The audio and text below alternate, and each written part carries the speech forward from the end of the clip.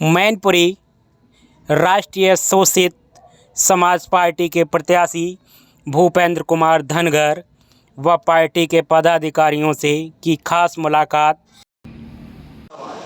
नमस्कार, आप देख रहे हैं DKR न्यूज़ और मैं हूं आपके साथ देवेंद्र कुमार। जैसा कि आपको पता है, मैनपुरी लोकसभा उपचुनाव की प्रक्रिया शुरू है और नेताजी की मौत के बाद लोकसभा उपचुनाव मैनपुरी में हो रहा है। ऐसे में कई पार्टियां मैदान में हैं। अगर हम सपा की बात करें तो पूर्व मुख्यमंत्री अखिलेश यादव की पत्नी डिम्पल यादव मैदान में है, तो वही भाजपा प्रत्याशी रघुराज सिंह साक्य भी मैदान में हैं। हम अभी मौजूद हैं इस टाइम राष्ट्रीय शोषित समाज पार्टी के जो प्रत्याशी हैं भूपेंद्र कुमार धनगर। हम बात करेंगे किस तरीके का माहौल है और यहाँ किस तरीके से इस चुनाव को देखते हैं।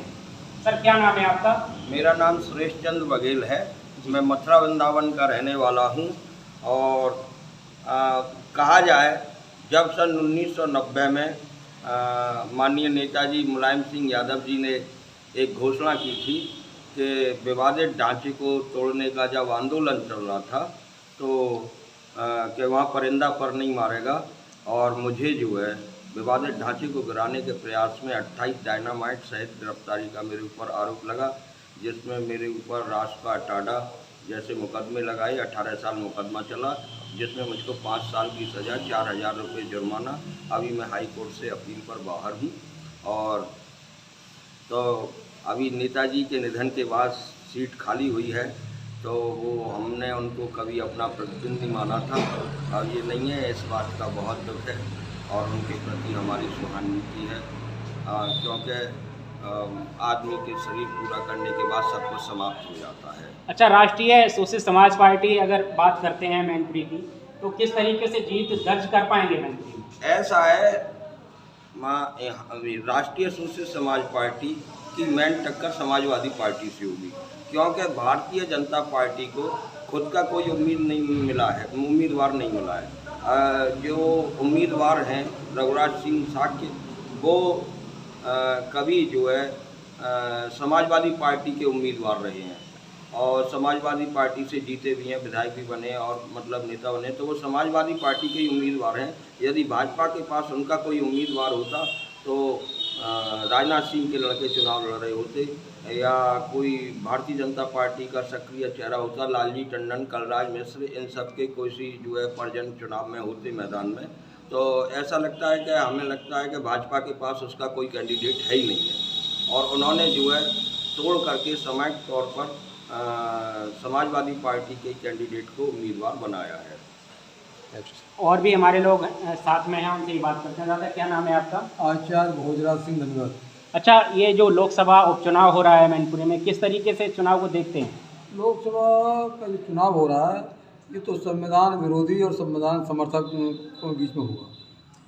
भाजपा क्योंकि संविधान विरोधी है, यहाँ पर आवाम ये समझ चुकी है, इनकी छल प्रपंच, झूठ मक्कारी, छल फरेब सब वो समझ चुकी है। तो मैं समझता हूँ यहाँ भाजपा तो गेम से बाहर ही है, क्योंकि उसके पास कोई अपना प्रत्याशी नहीं था, अपना कोई कार्यकर्ता भी नहीं था। उसने तो उधार का कार्यकर्ता लेकर के तब उसको कैंडिडेट बनाया है। यहाँ पर चुनाव सपा और राष्ट्रीय शोषित समाज पार्टी के बीच में हो।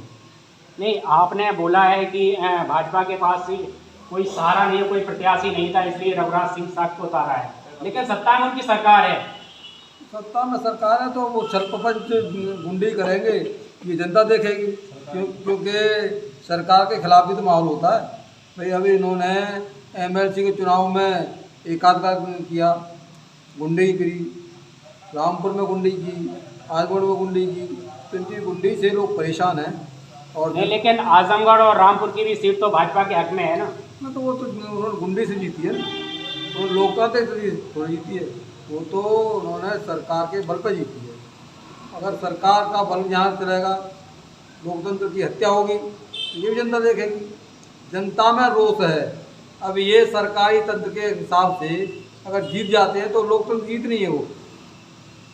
दादा, क्या नाम है आपका? मेरा नाम अतर सिंह पाल, राष्ट्रीय प्रधान महासचिव राष्ट्रीय शोषित समाज पार्टी। लोकसभा उपचुनाव को किस नज़रिए से देखते हैं और किस तरीके से जीत दर्ज होता है? मेरा क्षेत्र में हर वक्त आना जाना है, लोगों में सपा और भाजपा दोनों के विरोध में है। यहाँ कई पार्टियां नहीं, केवल 3 पार्टियां चुनाव मैदान में, समाजवादी पार्टी, भारतीय जनता पार्टी और राष्ट्रीय सोशलिस्ट समाज पार्टी, ये आपको भी जानकारी होगी।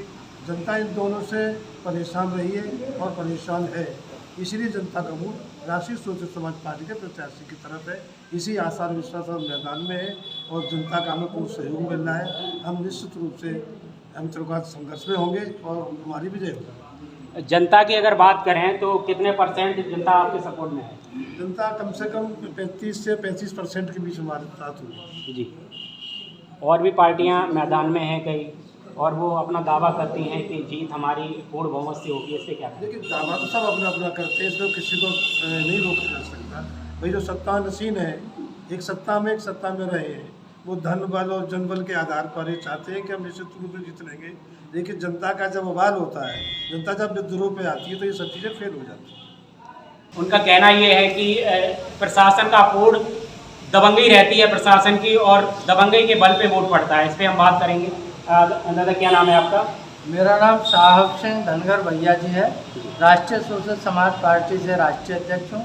राष्ट्रीय सोशलिस्ट समाज पार्टी ने 21 मैनपुरी लोकसभा क्षेत्र से भूपेंद्र कुमार धनगर को प्रत्याशी के रूप में उतारा है और भूपेंद्र कुमार धनगर कई चुनाव लड़ चुके हैं। ये काफ़ी जुझारू संघर्षशील प्रत्याशी है और इस समय क्षेत्र में भाजपा और समाजवादी पार्टी के खिलाफ माहौल बना हुआ है।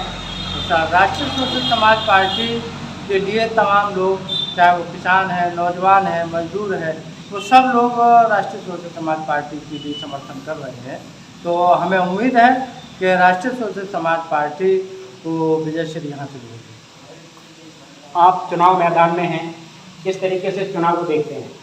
देखिए, मैं इस चुनाव में पूर्ण रूप से, जब हमारी राष्ट्रीय सोशलिस्ट समाज पार्टी की पूरी कोर कमेटी और राष्ट्रीय परिषद की बैठक होने के बाद मुझे राष्ट्रीय सोशलिस्ट समाज पार्टी ने प्रत्याशी बनाया और राष्ट्रीय सोशलिस्ट समाज पार्टी के सभी वरिष्ठ कार्यकर्ताओं को मुझ पर पूरा भरोसा है और यहाँ की जनता को मुझ पर पूरा भरोसा है। यहाँ पर जनता की डिमांड थी, कार्यकर्ताओं की डिमांड थी कि यहाँ पे भूपेंद्र कुमार धनगर को प्रत्याशी बनाया जाए। हो सकता था अगर राष्ट्रीय सोशलिस्ट समाज पार्टी की राष्ट्रीय परिषद और कोर कमेटी अगर मुझे प्रत्याशी घोषित ना करती तो 10-20 कार्यकर्ता यहाँ पे पार्टी से इस्तीफा दे देते।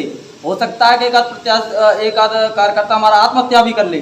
तो मैं कार्यकर्ताओं की डिमांड पर, कार्यकर्ताओं की मांग पर मैं यहाँ प्रत्याशी बना हूँ और मुझे पूरी आशा है और पूरा विश्वास है कि मैं राष्ट्रीय सोशलिस्ट समाज पार्टी से 8 तारीख को जीत का प्रमाण पत्र लेके जाऊंगा। आप चिंता ना करें, तो दिक्कत अगर इन्होंने बेईमानी की, ये बात अलग हो सकती है। बेईमानी में तो ये पूरे माहिर हैं, भारतीय जनता पार्टी के लोग पूरे मास्टरमाइंड है बेईमानी में, तो इन्हें बेईमानी से इनको कोई नहीं जीत सकता है। लेकिन अगर ईमानदारी के साथ चुनाव हो तो भूपेंद्र कुमार धनगर की जीत होगी। लेकिन हम ऐसा भी नहीं है कि हम इनकी गुंडाई चलने देंगे, गुंडाई इनकी बिल्कुल नहीं चलेगी। हमारे साथ शोषित उपेक्षित वंचित समाज की पूरी आवाम हमारे पीछे खड़ी हुई है और राष्ट्रीय सोशलिस्ट समाज पार्टी की प्रत्याशी 101% जीत होगी। जीत दर्ज कराने में, भाजपा की जीत दर्ज कराने में समाजवादियों का ये कहना है कि प्रशासन भरपूर प्रयास करता है और वोट के लिए दबाव बनाता है। इस पर क्या कहेंगे? प्रशासन नहीं, यहाँ की CBI, ED सब इस समय भारतीय जनता पार्टी के इशारे पर काम कर रहे हैं। देखिए, मैं मान सकता हूँ कि जो गोमती रिवर फ्रंट में जो घोटाला हुआ है, लेकिन जब शिवपाल सिंह यादव भारतीय जनता पार्टी को इनडायरेक्टली मदद कर रहे थे तो भारतीय जनता पार्टी के लोगों पर मेहरबान हो रहे थे, उन्हें बंगला भी दे रहे थे, जेट प्लस सुरक्षा भी दे रहे थे, सारी व्यवस्थाएं उपलब्ध करा रहे थे। और जब लगा कि चाचा भतीजे एक हो गए तो उन्होंने वो जेट प्लस सुरक्षा भी खींच ली। अब उनके पीछे CBI भी लगा दी है, सारी व्यवस्थाएं वो अपना इस्तेमाल कर रहे हैं। साम दाम दंड भेद, उन्हें यहाँ से सीट निकालने के लिए पूरे हथकंडे। और DM साहब, यहाँ पर जो जिलाधिकारी हैं, IAS PCS सब अधिकारी और तमाम 100 इंस्पेक्टर यहाँ पर जो है पूरा चुनाव भारतीय जनता पार्टी को जिताने में लगे हुए हैं। जो कि भारतीय जनता पार्टी तीसरे नंबर की पार्टी है यहाँ पे, उसकी जमानत जब्त भी हो सकती है। मैं दावे के साथ कह सकता हूँ उसकी भारतीय जनता पार्टी यहाँ पर जमानत जब्त होगी और राष्ट्रीय सोशलिस्ट समाज पार्टी यहाँ पर फर्स्ट नंबर पर आएगी और समाजवादी पार्टी दूसरे नंबर पर आएगी। इतना मैं कह सकता हूँ। तो देखा अभी आपने, हमारे साथ प्रत्याशी भी थे, कई पदाधिकारी भी हमारे साथ थे राष्ट्रीय सोशलिस्ट समाज पार्टी के। अब देखना होगा त्रिकोणीय ये मुकाबला रहेगा मैनपुरी में। अब देखना होगा कि जनपद में कौन जीत दर्ज कराएगा और किस तरीके से जनता की बात को सुनेगा।